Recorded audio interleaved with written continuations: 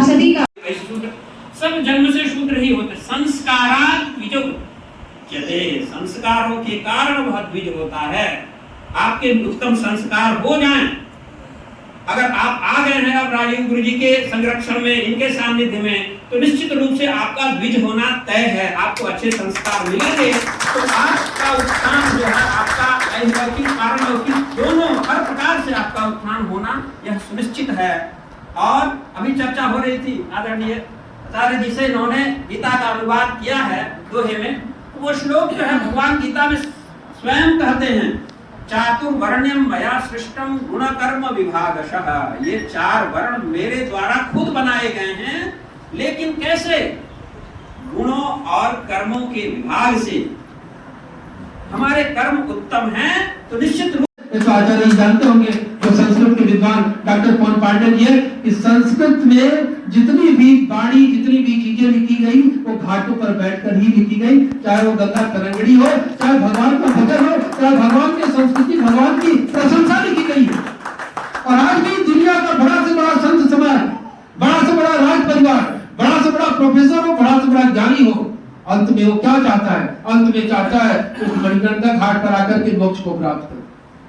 और उस मणिकर्णिका घाट पर हम लोग जब जाते हैं जिंदा रहते, तो अगर आप ध्यान से वहां पर भ्रमण कर लें तो आपको जिंदा रहते ज्ञान प्राप्त हो जाता है। इस जीवन में कुछ है वह नहीं, सब कुछ यही छोड़ करके जाना है।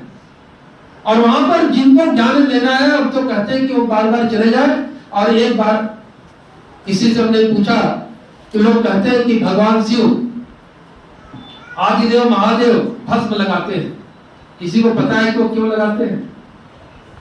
उत्तर यह है कि जब आप किसी को भी अंतिम यात्रा पर लेकर जाते हैं तो क्या कहते हैं?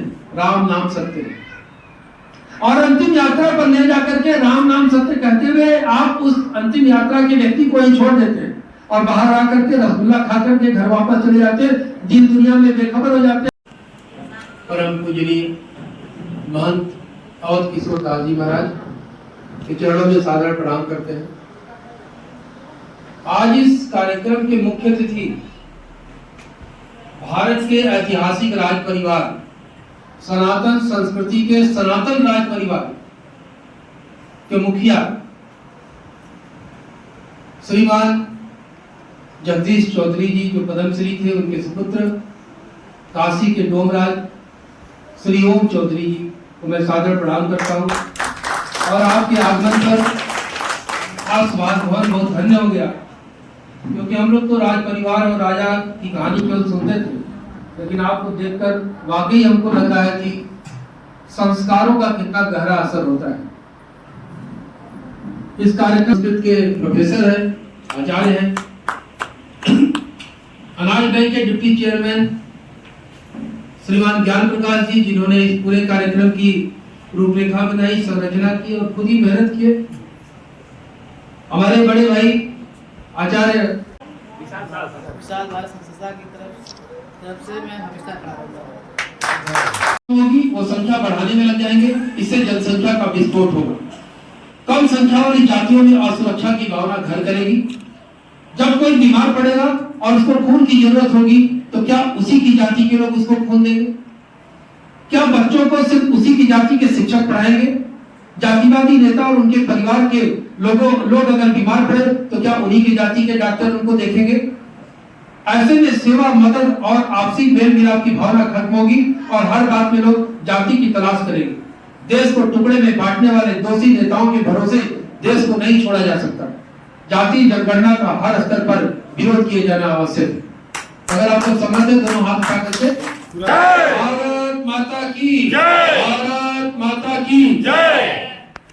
आप खुद सोचकर भ्राताश्च अहम भवतां सह संस्कृते वार्तालापं कर्तुं शक्नोमि।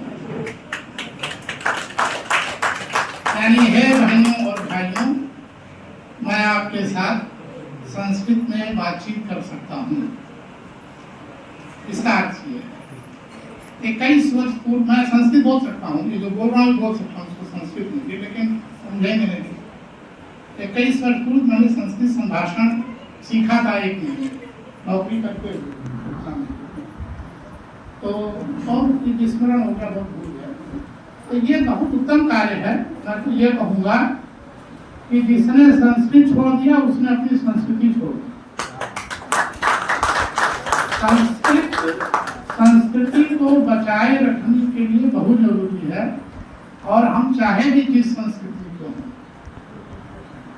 भारतीय संस्कृति को चाहे जापानी संस्कृति को या अमेरिकन संस्कृति को, सब जगह संस्कृत आवश्यक है।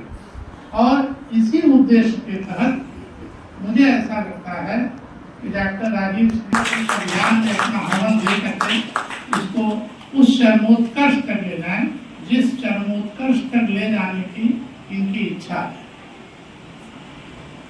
ये तो संस्कृत की बात है। दूसरा विषय है जाति जनगणना, जो